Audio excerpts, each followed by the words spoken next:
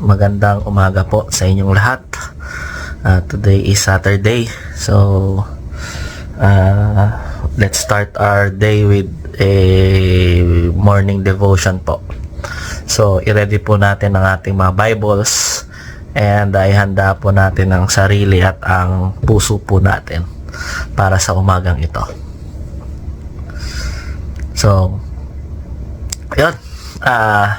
Bago po tayo magsimula, lahat po tayo ay magdasal. Sabayan niyo po ako sa ating panalangin upang gabayan tayo ng Panginoon para sa kanyang mensahe na ibibigay ngayong umaga. So, let us pray. Lord, thank you so much for this wonderful morning. Thank you so much for giving us so much blessings in our life, Panginoon. Even though we don't deserve it, Panginoon, still you have given us another life to learn from you and to correct ourselves, and Panginoon, and to inspire and motivate and lead others to you, Panginoon.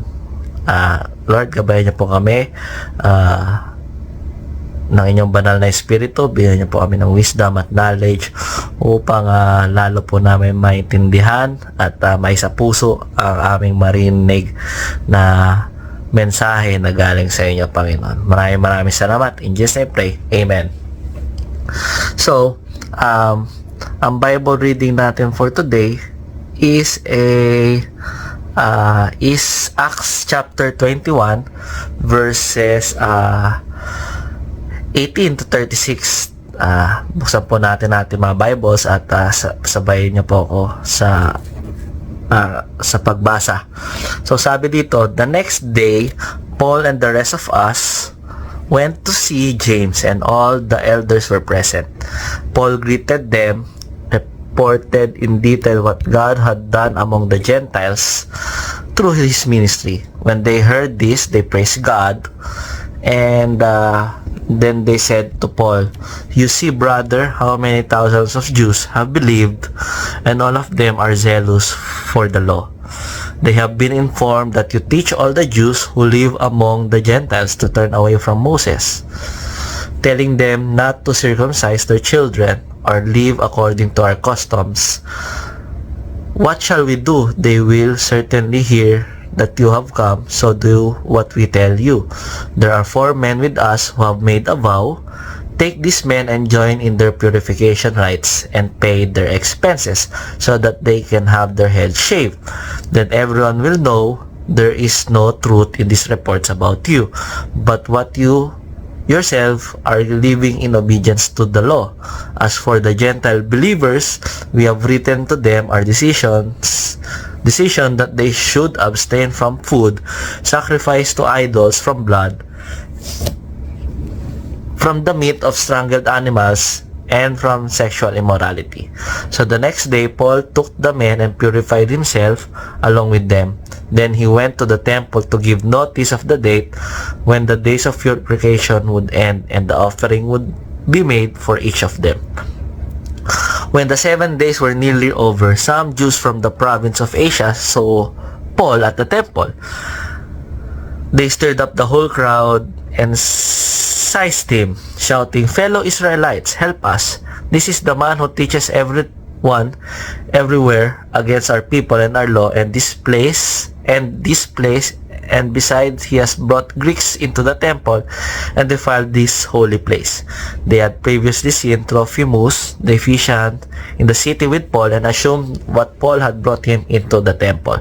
The whole city was aroused, and the people came running from all the directions. Seizing Paul, they dragged him from the temple, and immediately the gates were shut.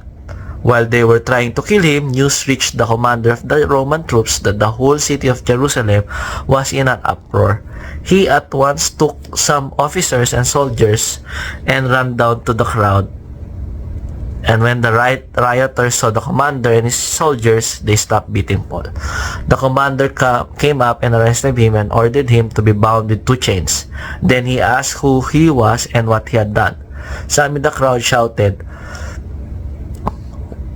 one thing and some another, and since the commander should not get at the truth because of the uproar, he ordered that Paul be taken into the barracks. When Paul reached the steps, the violence of the mob was so great he had to be carried by the soldiers, and the crowd that followed kept shouting, "Get rid of him." So yun po ang sinasabi sa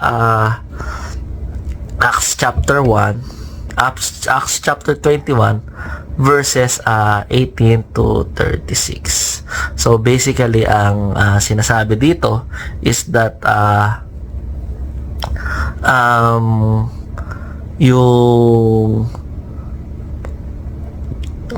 that wait lang po,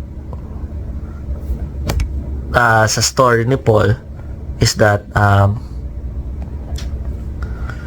we should being a faithful servant, we should be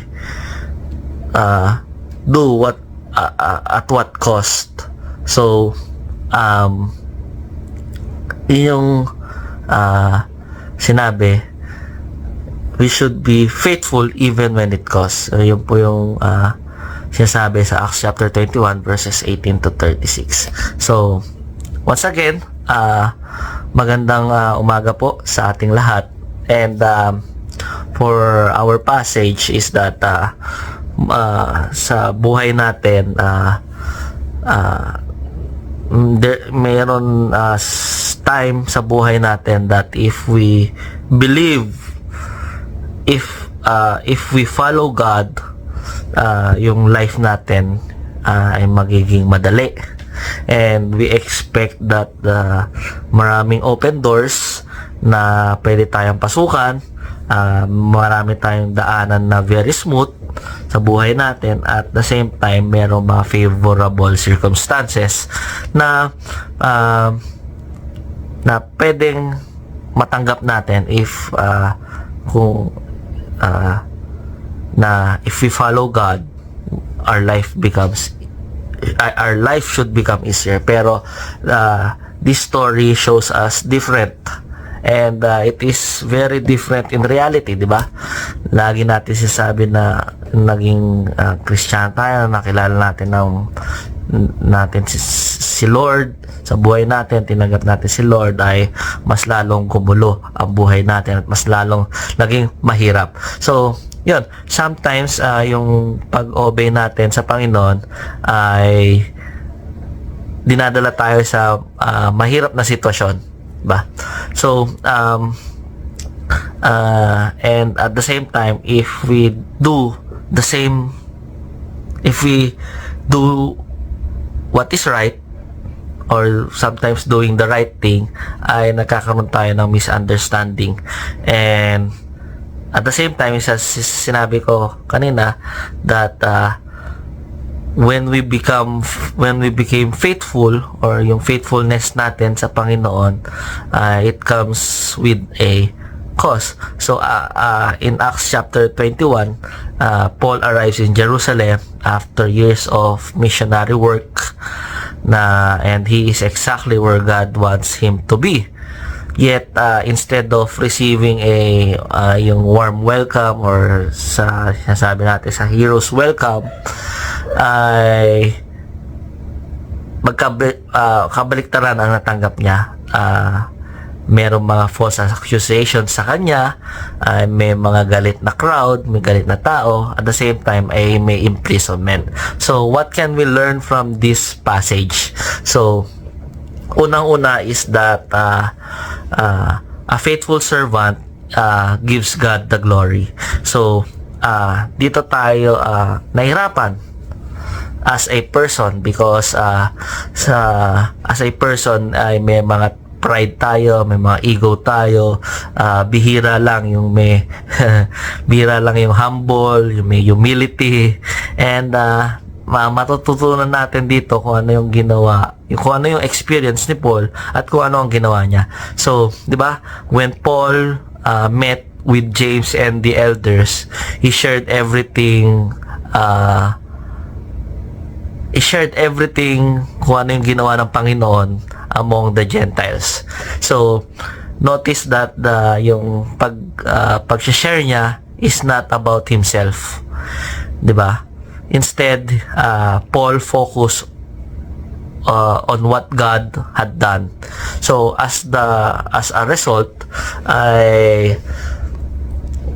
the leaders glorified God. Mas natuon ng pansin sa Panginoon kaysa sa sarili natin. So, yun yung isa sa kailangan natin as a Christian na ma-develop yung spiritual maturity natin, giving God credit for what He has done in our life. Diba?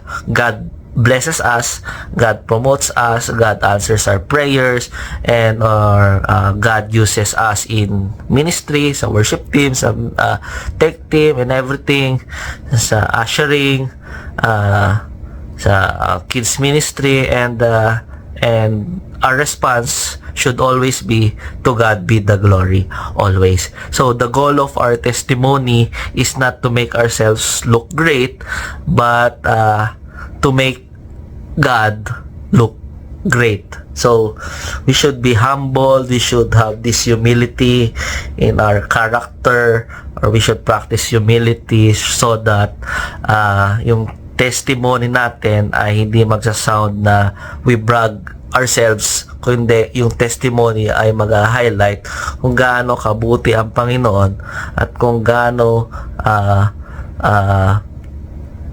kagaling ang Panginoon sa buhay natin, kung ano yung ginawa niya sa buhay natin para ma-share natin sa ibang tao. So when people see our life, we should, ang common na goal talaga natin is to notice God in our life, hindi yung sarili natin.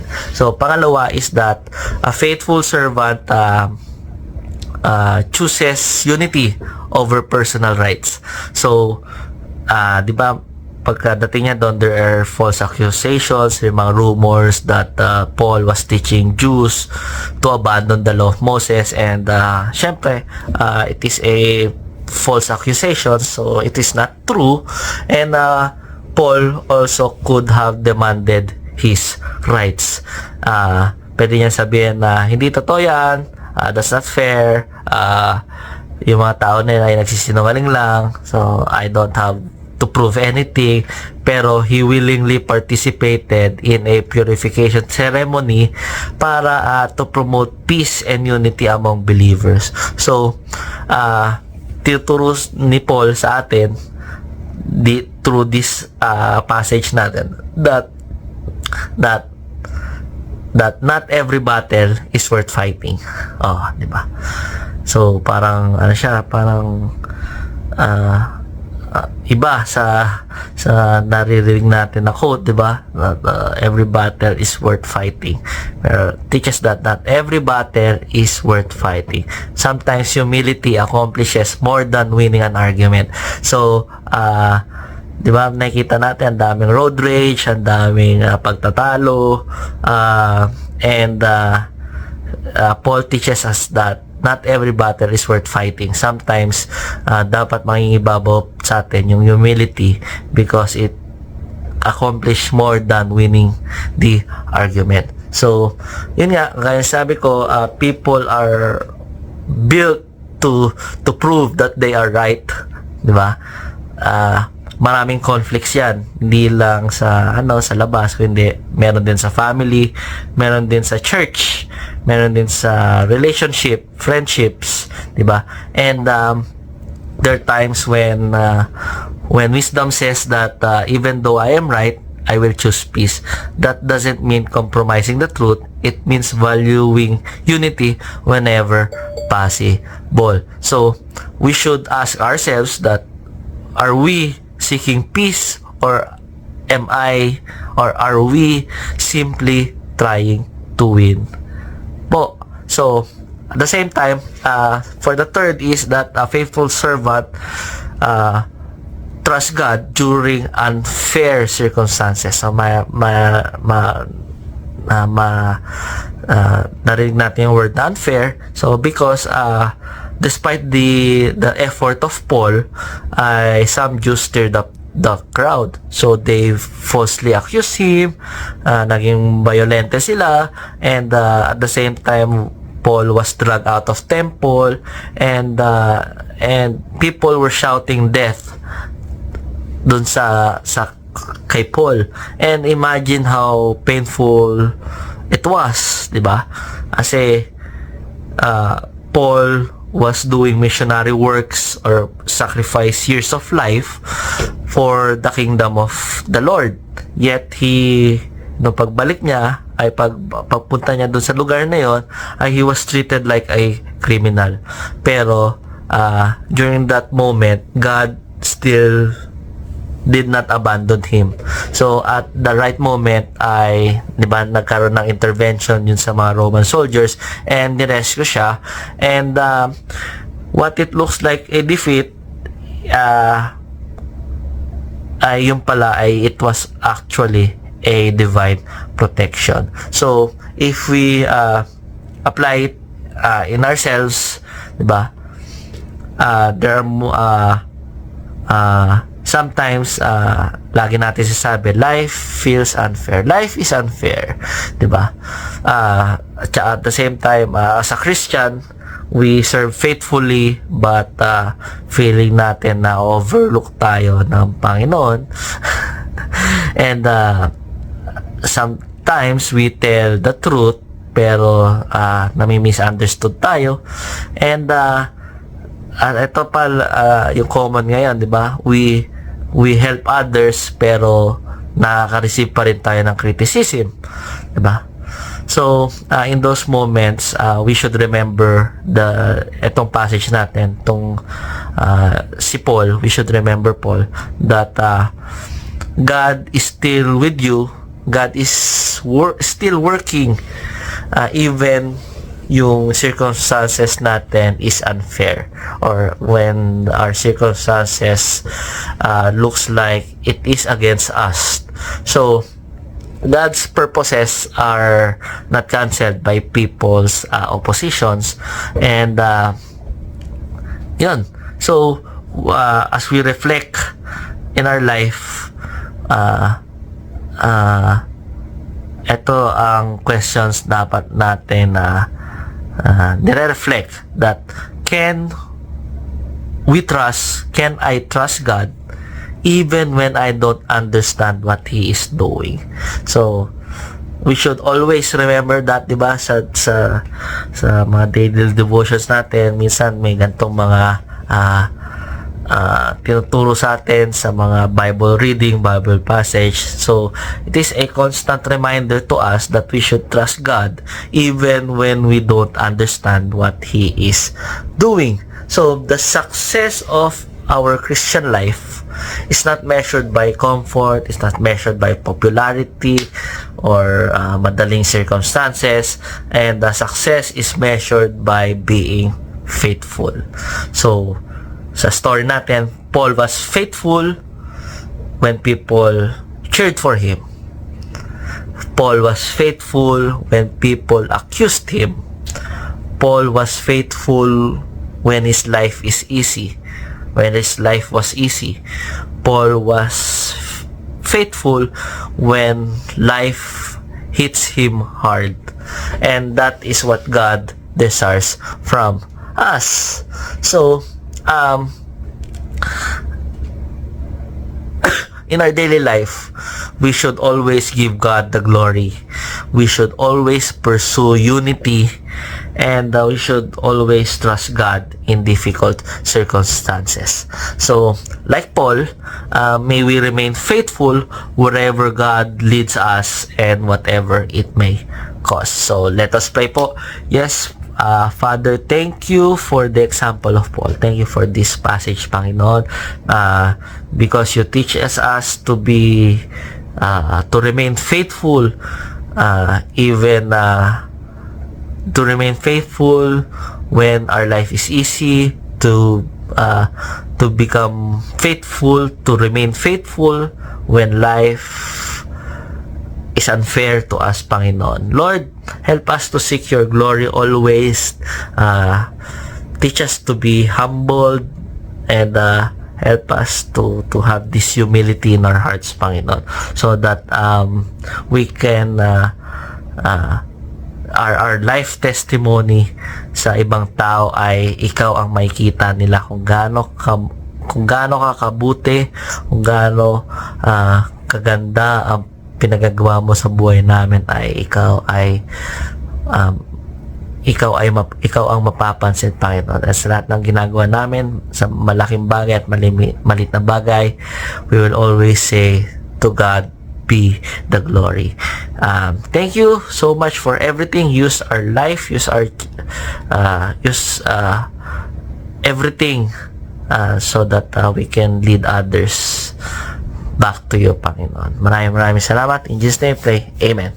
So, maraming salamat po. God bless and have a great weekend. Bye!